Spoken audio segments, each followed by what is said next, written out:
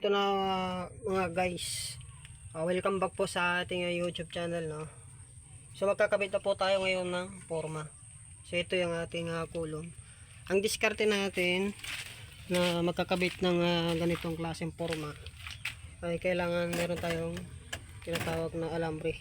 So dapat magkakalapit yan hanggang sa taas para matibay po yung ating forma, para hindi po siya bibigay. So ang gagawin natin, ayan, itong mga lambre kakabit natin dito sa mga bakal. Ayan.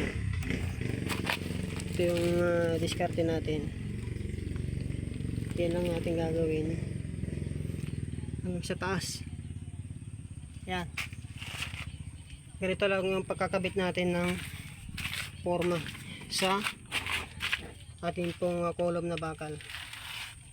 Ayan, miski rin dito meron din dito, yan lalagyan din natin kasi magkabilaan po yan.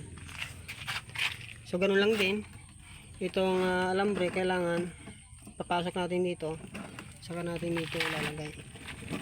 So ang purpose nito guys, lalagyan po natin dito ng kahoy at dito po tayo magpapaigpit. Ayan.